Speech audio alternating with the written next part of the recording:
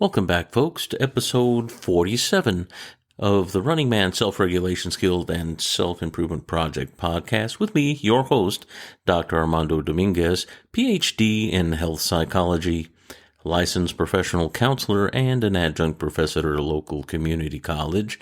And what we're going to be discussing today is a little premise on goal orientation, goal acquisition, and we're going to start with this principle of someday, one day, day one, as a progression. So we'll start again.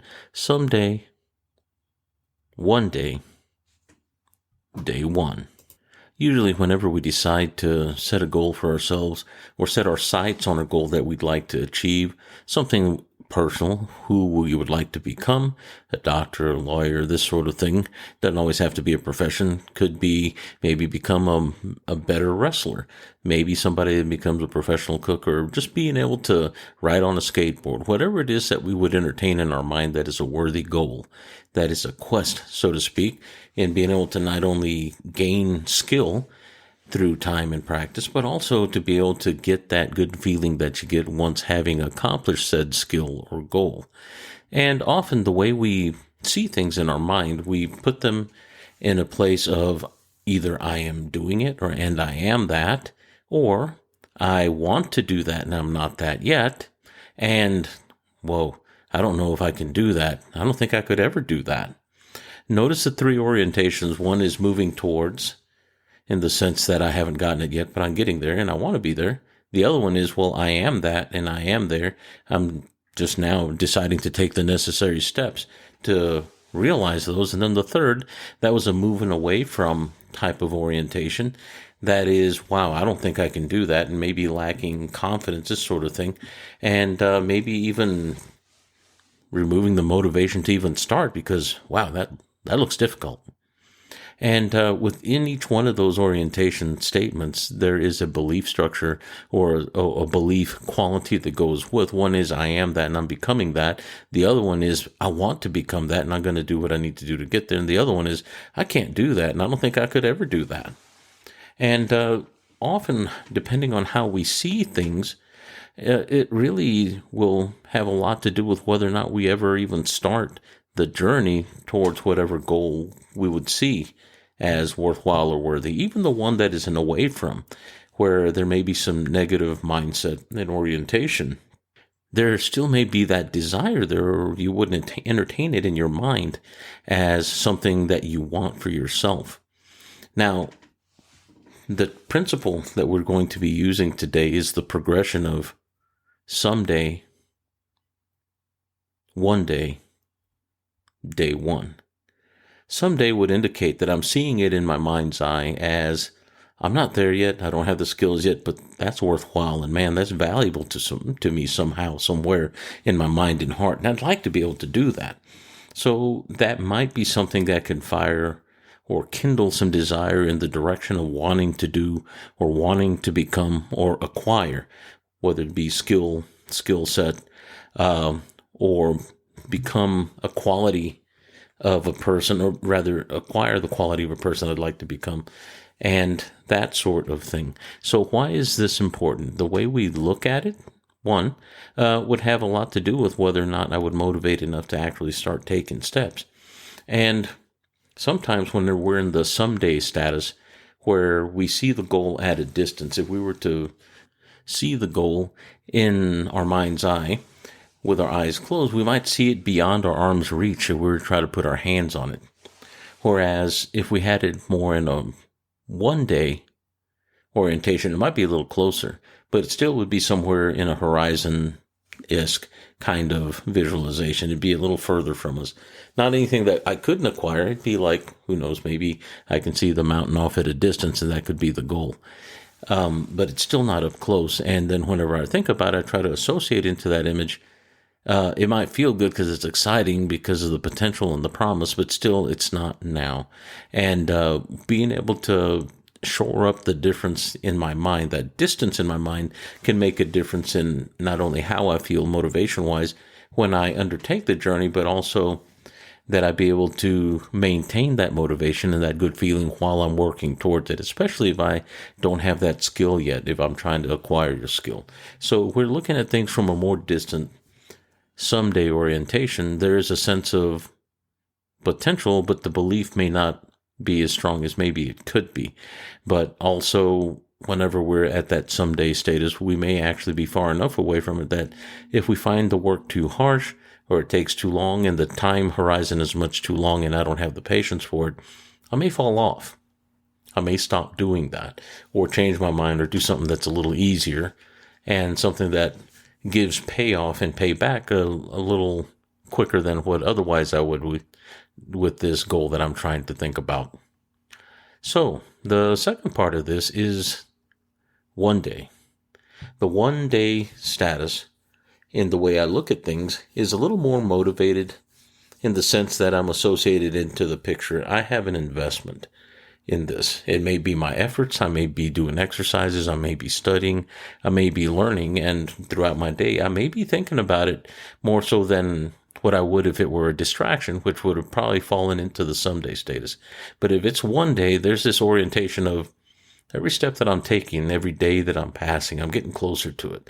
May not be real close right now, but the way I see it, I know I'm going to get there eventually, and that eventuality may come sooner, pending how hard I'm working, my discipline, how much I study, how much I work at gaining the skill every day, even if it's just a little bit every day. An inch of effort, an inch of Buddha, they say. So then an inch of effort, an inch of skill. This sort of thing. So when we're oriented and associated and there's investment in that sense of I'm going to get that, there is a positive connotation. There's also an orientation of direction that says I'm moving in that direction no matter what I'm doing. Even when I'm sleeping, when I'm not doing other things such as eating, washing clothes, or going to my job, whenever I have any bit of time, that may pop up in my mind and I might start doing little things that mimic that action or skill or support that action or skill, whether it be study, learning, or actually doing the skill, even aspects, little small elements of that skill just to make it better. So in the more atomized sense, I would be taking bits and pieces of it and working through it. I might be imagining seeing myself doing that. I might even be doing the skill with maybe a mock-up of a skateboard, for instance, or a balance board where I work on skills, constituents that I would possibly use if I were learning how to do surfing or something like that. So there are a number of things that would move me towards that goal. And that one-day orientation is one that all my efforts, whenever I am moving in that direction, and specifically when I'm focusing on it, has something to do, if not with the whole of the skill or the understanding that I'm trying to gain. It has to do with aspects of it that I can improve a little at a time. So there's training involved, there's immersion involved, and there's investment. You may even have all those little bands and boards that you can balance on. You may have these little special tools that help you build things that make you better at the whole by having the constituent parts get better too to give you a higher quality experience. And those are the types of thoughts that someone in the one-day orientation might have. Now, this has to do with getting there. And the other part of this progression from someday to one day to day one is the difference in what I'm hoping to gain in the future versus one day changing to day one, meaning every step that I'm taking is an action step, and one day is part of day one. And day one is the step that I take every day whenever I commit to moving forward and closer to that goal. And day one, no matter how skilled you get, is also the reiteration and practice. Once you've gained the skill, once you've gotten there, you polish and hone. So this is where we get nuance. This is where we get depth. You've gained the skill, you've not mastered it. You've gained the skill, you've gotten good at it. Maybe you've acquired that state of being and you're more it than you were when you started and you realize, wow, I can do this now. But what do you do with it once you've gotten there? Do you just let it go? As much investment in time as was in there, we remember that even though the goal was worthy, the journey was educational. And the journey brought me quality, brought me context, as far as, how I'm doing it and what I'm doing this for in the bigger sense. And also a payoff that says, hey, I feel good because I can do this and it was worthwhile. And you know what? It's easy now and it feels good when I do it. And if it feels good, then I'm probably going to continue to do it since we're hedonic in nature. But when we're in the day one setting, this is where everything that I do, even though I've gained it, I don't let it go, because we know that skills gained over time through practice, very generally speaking, are perishable. We don't want to lose perishable skills. We don't want to lose things. Not unlike riding a bike, they say you never forget. This is true, but it is a perishable skill because you have the proprioceptive, you have the musculature, you have the endurance, you also have the coordination that you may lose a bit. You may remember how to do it. You may remember how to start again and regain your balance, but you're never quite as good if you've not practiced for a while as whenever you were practicing it regularly. So if you're practicing regularly, you tend to gain nuances in skill and you get very smooth and you become more efficient. That's a very natural human tendency, not only in mental skills in the subjective realm, but in the physical skills, what we do with our body and how we coordinate those two to become more effective and get into a state of flow. So whenever we go to the point of day one, that means we approach it always like it's new. And this is something that in the martial arts that is often spoken of, and in Zen meditation is often referred to as beginner's mind. And to have beginner's mind is to be in the state of day one. That means I'm taking the first step, and every journey begins with the first step.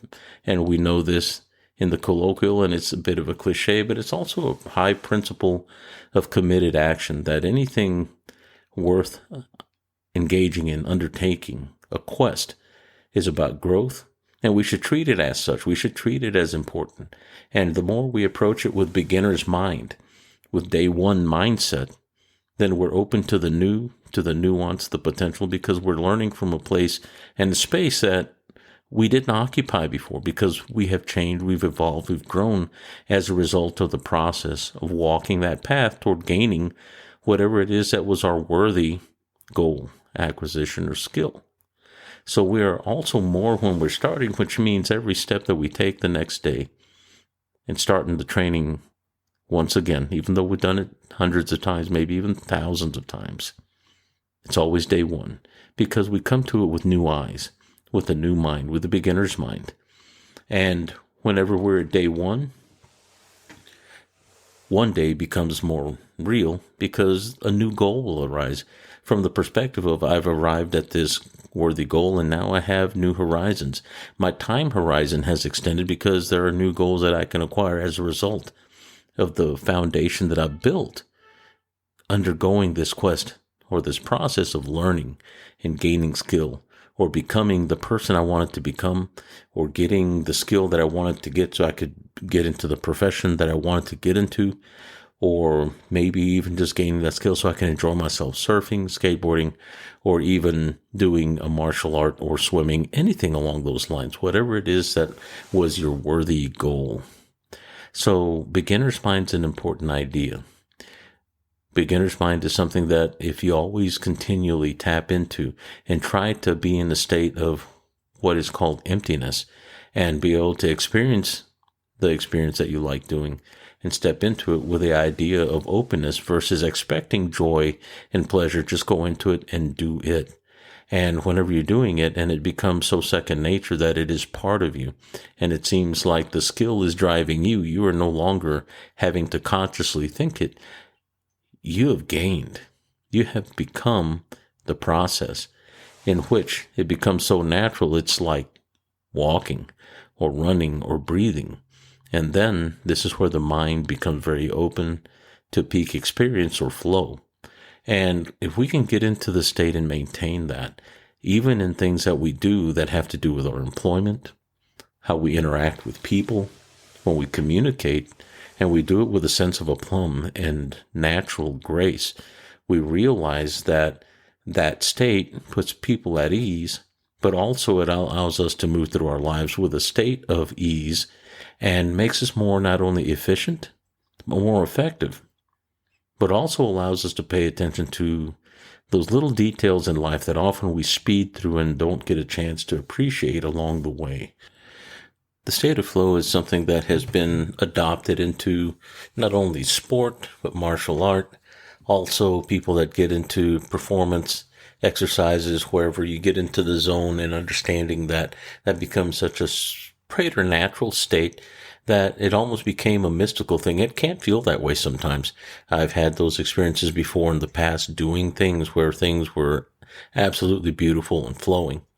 Now, sometimes these things are spontaneous, but also there are times that we're in a state of flow, and it's not like a particularly magnificent thing, but it's just a way of doing and being that is very natural and allows one to be at ease whenever one does what one has done frequently over a long period of time. And it does have a lot to do with skillfulness, a measure of being skilled at doing things in a manner that is just so natural. And what is really cool about this is Mikhail Csikszentmihalyi, when he came up with the term flow, did a lot of studies, and he studied people not just that were athletes. He studied people that were just living their lives, simple lives. Lady that was on the mountain living a very simplistic life would go and draw water at the creek, and she would pick flowers and walk along the countryside, and just being part of nature and living her life was part of that state of flow that she was experiencing great joy in every day throughout a life of hers that was in her 50s, well, in her 60s, I believe. She was an elderly woman, but very simple. It doesn't have to be a competitive anything, but it is an experience that we can all have. But also that sense of one day becomes day one. Every day is being approached with an open mind, with beginner's mind, and with the universal eyes that even babies have whenever they're seeing and learning things anew, when they're crawling and touching everything. And this is also something that touches upon what Zen does whenever you polish the mirror. It's called, by meditation, we polish the mirror. And what happens whenever you polish a mirror? The self-image, the image that you see in the mirror, it becomes clearer. We're clarifying the picture of ourself by ridding ourselves of the perturbances in how we see things. The reflection of ourself is in our environment, but also the cleaner the mirror, the clearer the image. So when we get to the point where we're very skilled, it's like that. Wherever there is us experiencing things with little judgment and just a mere experiencing of said situation. And that might sound mystical, but it's really not. But it certainly is a lovely feeling to have and experience in the things that you do. So why is this so important for self-regulation? Since this is what the podcast is about. Well, whenever we are subjecting ourselves to experiences and we have judgments about it, oh, this is hard. I am so tired. I can't believe I'm doing this. I'm not good enough to do this. These self-adjudications, or this is hard, judging things that we're doing. And I don't like doing this. Well, giving an opinion about the feelings that you're having, that takes away from some of the quality of what we do and may actually kind of color or shape what it is that we're experiencing in a way that may not be so enjoyable. So by learning how to do things and seeing things with open eyes, an open mind, and an open heart, and being willing to not judge immediately and have feelings about stuff and just observe and experience, often this will give us a little bit of time to be able to not only judge but experience our lives without necessarily having to get into a hair-trigger emotional response. So the progression from someday, which puts us in a position where we can access those feelings before we decide whether or not a goal is worthy and whether or not it's worth undertaking, to the point where we go to one day wherever I have my emotions in order and my thoughts in order, wherever I can use that as not only impetus, but also part of the energy that I use moving me towards a goal that is worthy, and then evolving ourselves along the way in the process of gaining said skill. So that way we can look at things from the perspective of day one. Every day is day one. Every day is a new start. Every day I'm a white belt. I'm starting anew. I have a clean board that I can draw on. I am not a perfectly blank slate, but I'm also not a perfectly clean mirror, but I work on cleaning those so I can put more information on there. And we become more effective in that sense by allowing ourselves to do things in a more natural state without judging everything as negative, and sometimes maybe just paying attention to things and not looking at it from the perspective of, oh, bad things always happen to me, with a predictive belief pattern that says, well, the other shoe's going to drop. So in the process of gaining skills and going on a quest and pursuing something worthy, what are some of those skills that you're ingraining in the process of acquiring that? Are you developing a better belief system, one that is more generative, one that is less self-judgmental? Are you also instilling in yourself not only greater skill, but also learning how to manage and how to deal with things differently in a more flowing fashion? These are some things that are very helpful over time and would be the sign of somebody maturing, not only in skill, but in how we interact with life and the people in our lives as well as the events. So that's going to be it for now. And this was kind of an abstract way of doing things as far as how do I orient towards goals. But it also is painting a bit of a picture of kind of how our beliefs affect how we approach our sense of goal orientation, if we choose to do that. And also, I want to tell you thank you for spending a little time with me. If you would like to send me some feedback, please do at runningmangetsskillsproject@gmail. And I hope you have a good evening. Take care. Good luck on those goals. Walk well.